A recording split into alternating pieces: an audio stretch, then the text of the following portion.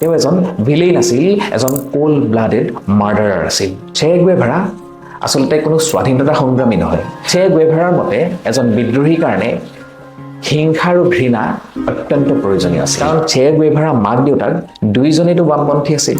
কিন্তু চে গুয়েভাৰাৰ মতে আফ্ৰিকানবিলাক ইমান শিক্ষিত নহয় যি কমিউনিজিম বুজি পাব পাৰে। অকল কিউবাতে নহয়, চে গুয়েভাৰাই নিজৰ হিংসা আৰু ঘৃণা এক্সপৰ্টো কৰিছিল। আৰু 1967 চনৰ 8 অক্টোবৰত বলিভিয়াৰ আৰ্মীয়ে চে গুয়েভাৰাক আটক কৰে আৰু 9 অক্টোবৰত বধ কৰে। নমস্কাৰ, আপোনালোক সকলোকে আমাৰ অন্য এটা ভিডিঅ'লৈ স্বাগতম জনাইছোঁ। এই ফটোখন আপোনালোকে হঠাতে কোনোবা ৱালত, কলেজৰ কেম্পাছত, টি-শ্বাৰ্টত ক'ৰবাত নহয় ক'ৰবাত নিশ্চয় দেখিছে। কোন এই ব্যক্তিজন? কি কৰিছিল এখেতে যাৰ কাৰণে এখেতৰ ফটোখন আমি য'তে ত'তে দেখা পাওঁ?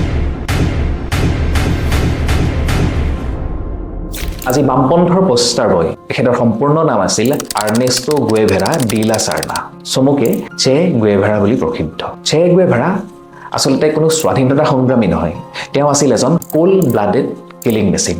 14 জুন 1928 চন যদিও চে গুয়েভাৰা অফিচিয়েল ডেট অফ বাৰ্থ, কিন্তু আচলতে তেখেত জন্ম হৈছিল 1928 চনৰ 14 মে'ত আৰ্জেণ্টিনাৰ ৰচেৰিঅ' নামৰ ঠাইডোখৰত। দেউতাকৰ নাম আছিল আৰ্নেষ্টো গুয়েভাৰা লিন্স আৰু মাকৰ নাম আছিল চেলিয়া ডি লা চাৰ্না।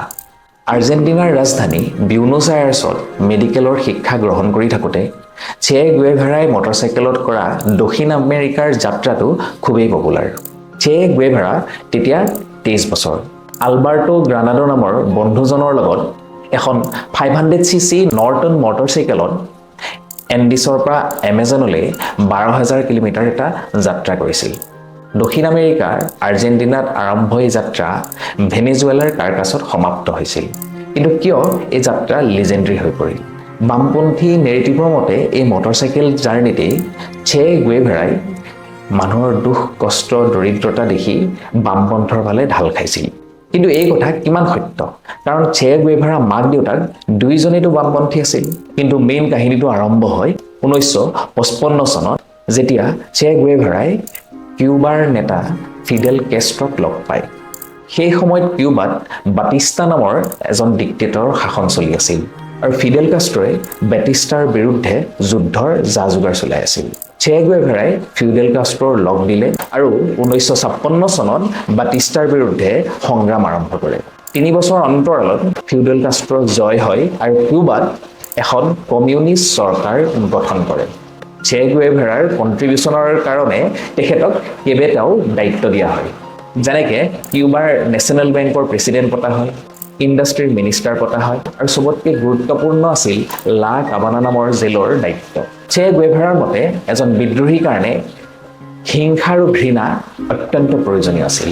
আৰু লা কাবানা জেলৰ মুৰব্বী হৈ থাকোঁতে চে গুয়েভাৰাই নিজৰ অসুৰী প্ৰবৃত্তি ছেটিছফাই কৰিবলৈ দোষী নিৰ্দোষী বাদ বিচাৰ নকৰাকৈ অসংখ্য লোকক নৃশংসভাৱে হত্যা কৰাইছিল।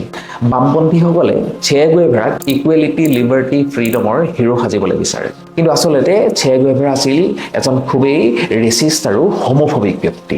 তেখেতৰ মতে মেক্সিকানবিলাক আছিল ইলিটাৰেট ইণ্ডিয়ানছ আৰু আফ্ৰিকানবিলাক আছিল ঘাঁ নোধোৱা মানুহ। হিটলাৰৰ নিচিনাকৈ 1960 চনত চে গুয়েভাৰাই কিউবাত কনচেনট্ৰেশ্যন কেম্প সাজিছিল। এই কনচেনট্ৰেশ্যন কেম্পত ফ'ৰ্চ লেবাৰ কৰাইছিল, সমলৈংগিক মানুহবিলাকক অত্যাচাৰ কৰিছিল, হত্যা কৰিছিল, ৰাজনৈতিক বিৰোধীসকলক হত্যা কৰিছিল। অকল কিউবাতে নহয়, চে গুয়েভাৰাই নিজৰ হিংসা আৰু ঘৃণা এক্সপৰ্টো কৰিছিল। 1965 চনত আফ্ৰিকাৰ কংগোলৈ গৈ কমিউনিষ্ট বিচাৰধাৰা প্ৰচাৰ কৰাৰ চেষ্টা কৰিছিল। কিন্তু তাত নিজৰ ৰেচিষ্ট নেচাৰৰ কাৰণে টিকিব নোৱাৰিল। চে গুয়েভাৰাৰ মতে আফ্ৰিকানবিলাক ইমান শিক্ষিত নহয় যি কমিউনিজিম বুজি পাব পাৰে। ইয়াৰ পিছত চে গুয়েভাৰাই টাৰ্গেট কৰে বলিভিয়া। 1964 চনত বলিভিয়াৰ চৰকাৰৰ বিৰুদ্ধে চে গুয়েভাৰাই বিদ্ৰোহ আৰম্ভ কৰে। কিন্তু বলিভিয়াত চে গুয়েভাৰা সম্পূৰ্ণ ফ্লপ গ'ল। বলিভিয়াৰ মানুহে চে গুয়েভাৰাৰ হিংসা আৰু ঘৃণাক একেবাৰে প্ৰশ্ৰয় নিদিয়ে। চে গুয়েভাৰাৰ বলিভিয়াৰ কেম্পেইন সম্পূৰ্ণ বিফল হয় আৰু 1967 চনৰ 8 অক্টোবৰত বলিভিয়াৰ আৰ্মীয়ে চে গুয়েভাৰাক আটক কৰে আৰু 9 অক্টোবৰত বধ কৰে।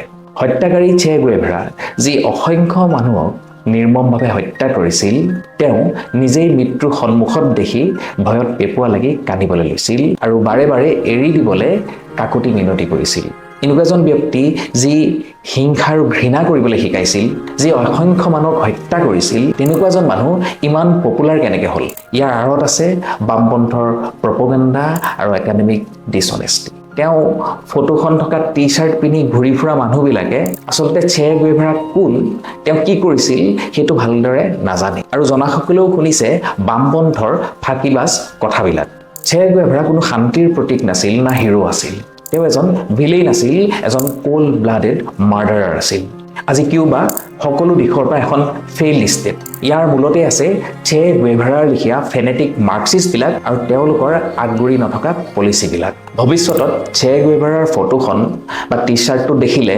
আমি নিজকে প্ৰশ্ন কৰা উচিত যে এনেকুৱা অখুৰি পবিত্ৰী এজন হিংসুক মানুহক আমি গ্লোৰিফাই কৰাটো উচিত জানো কমেন্ট কৰি জনাব যদি che guevaraৰ এই কলা অধ্যায়ৰ কথা আপোনালোকে জানিছিল নমস্কাৰ